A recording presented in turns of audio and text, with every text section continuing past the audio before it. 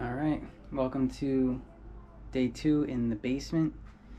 So I saw some of you guys' comments, and one of them that I can do right away is test out the FC100.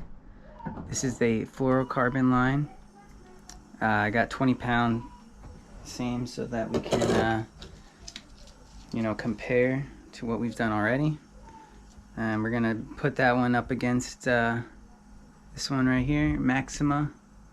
This is 20-pound as well, monofilament. This one looks pretty interesting. It's a little green hue to it, but it's probably clear underwater. And yeah, it looks like it's mainly for fly fishing. So usually, and it's from Oregon. It looks like it's made in Germany. It looks like good stuff. I'm eager to see how that one comes up. And yeah, this FC100 stuff, some Japanese lettering on there, so made in Japan. There you go. They always make pretty good fishing stuff as well, so it's good. Whoever said this is a good pick. Here we go.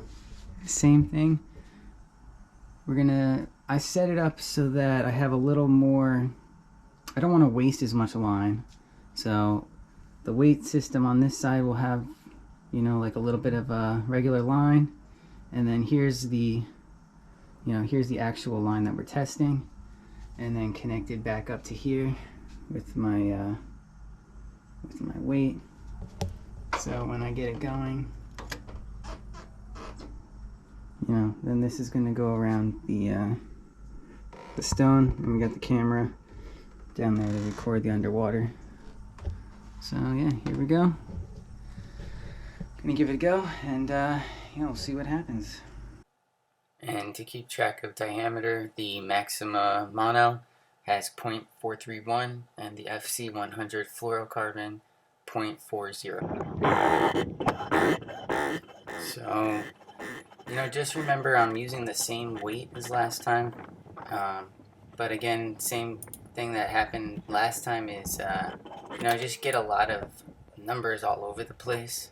So, we're gonna try actually on this battle. We're gonna do 3 different types of testing, and that is, we're gonna use this rough side here with the 3 weights.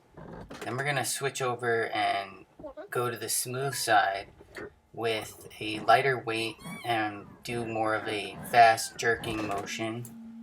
And then for the 3rd test, we're gonna do the same amount of lighter weight and a slower pull, but across a much sharper surface. So just to kind of get a better ballpark number on some of the different ways that these lines rub up against sharp objects and how they react.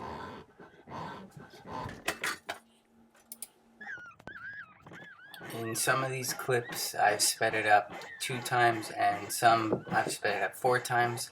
For instance, in this clip, you have the mono, which is just taking a ridiculous amount of time to break.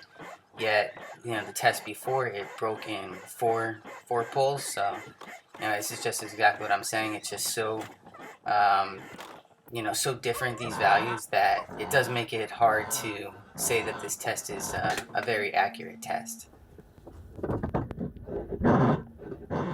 And the underwater is showing that the similarities to the previous tests are very close. The mono is breaking up in the same way, and the fluoro is also breaking up in the same way. So the material themselves match what we did previously.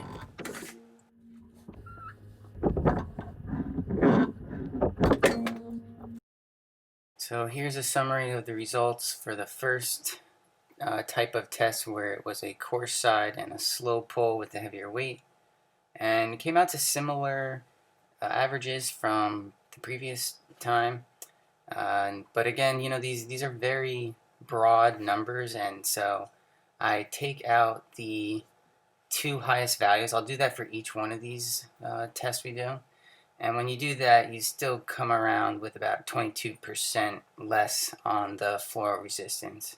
But again, these numbers, there's a lot of variability with the results. Alright, so here we go with the second grouping of tests where it's going to be pulled with a jerking motion. And I switched to the smooth side because it was just becoming very difficult to, jerk it really quickly on the coarse side. I was having a lot of trouble with the weight swinging around, as you see. And yeah, so it was, in order just to get more, somewhat accurate results, I switched to the smooth side, and I do think this could have played into why the results are showing what they did. But yeah, in general, this was a really good test. It actually went in more favor for the fluorocarbon than I was thinking, and I was pretty surprised. But it was a very good test, and I'm glad that we get a couple different types of testing on these lines.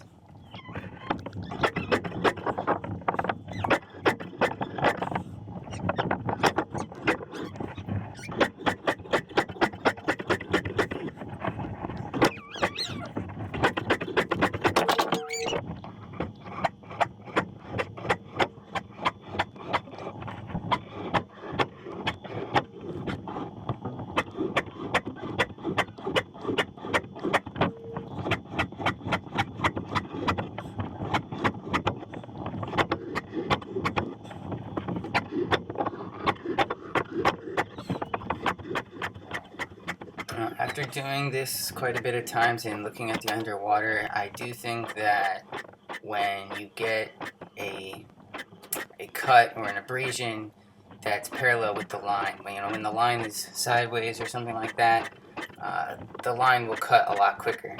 When you rub it up against their parallel, it holds up all right, but I think when you start really, crisscrossing the cuts across the line is when you start really seeing failure much quicker. So if, for instance, you do connect with a blackfish and he takes you under a rock, I probably wouldn't be trying to yank him out of there and moving your rod around, sideways and this way and that way to try to yank him out. Probably it's better to just loosen up on the line, maybe let him swim out, or just pull direct pressure on him without moving the rod tip too much in either direction. This would prevent the line from having that crisscross type abrasion up against the rock.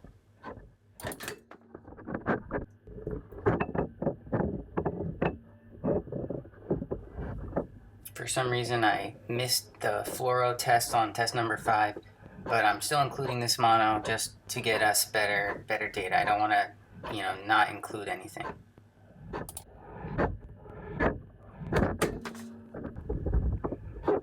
Just remember that sometimes it doesn't look like I'm pulling it with the same speed or force, but it's because the video is being sped up at different speeds. So yeah, I just did my best to try to pull it with the same amount of force and the same speed.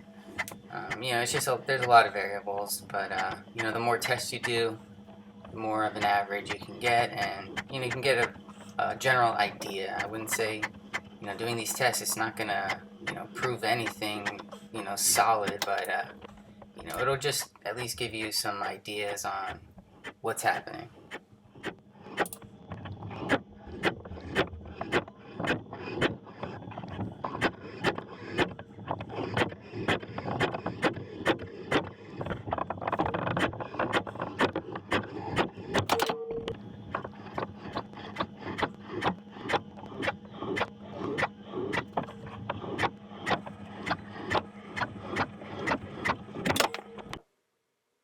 So here are the results for the smooth side and fast pull. Fluoro definitely did better on this one, I think, than mono. There were 2 very high values, but fluoro had those 2 40s in there that really helped it, and it actually got 27% more strength there for the first one. Once the high values were removed, that 70 goes away, and now the fluoro only has an average of 22.4 versus 23, but I would call that just pretty much an even match, or even fluoro with a slight advantage. So now, just to show with a sharper edge, I'm gonna put this plate. And here's just a closer up view for the sharp edge.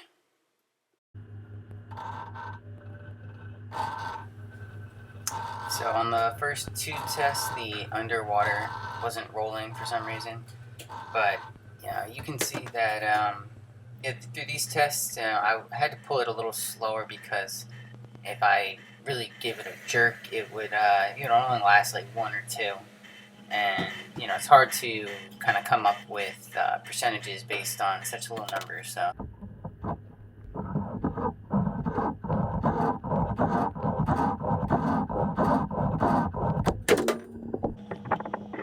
I was also a little bit surprised with this test with the plate and the sharper surface. There's definitely more material coming off with each pull, which is expected. But for some reason, the fluoro really never had a good battle against this sharp surface. And however, sometimes the mono would just keep going and going and going.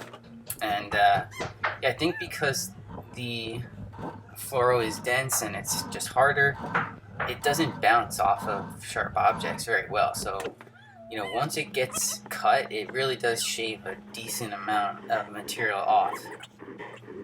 Besides the one or two that, always seem to just keep going like this one, the sharp surface test definitely had more precise results. Like the results were closer to each other and they made a bit more sense, especially for the fluoro. I was getting even repeat numbers on the fluoro. So all in all, this test actually to me seemed to be the most precise.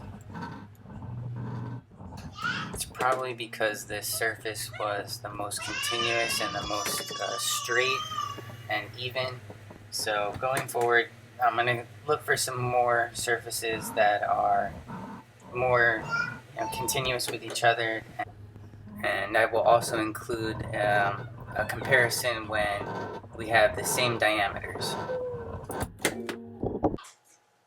So here's the summary for the last test with the sharp edge and slow pull, less weight. Mono is clearly winning on this one, and the fluoro with its numbers are all relatively around the same, and even with the high values removed of 47 and 10, these averages come out to about 58% less on the fluoro. So all in all, the first test went to mono by a little bit. I'd say the second test went to the fluoro, or about even, and the third one would go back to the mono. So even with the lesser diameter on this guy, the mono still has a bit of a lead on fluoro.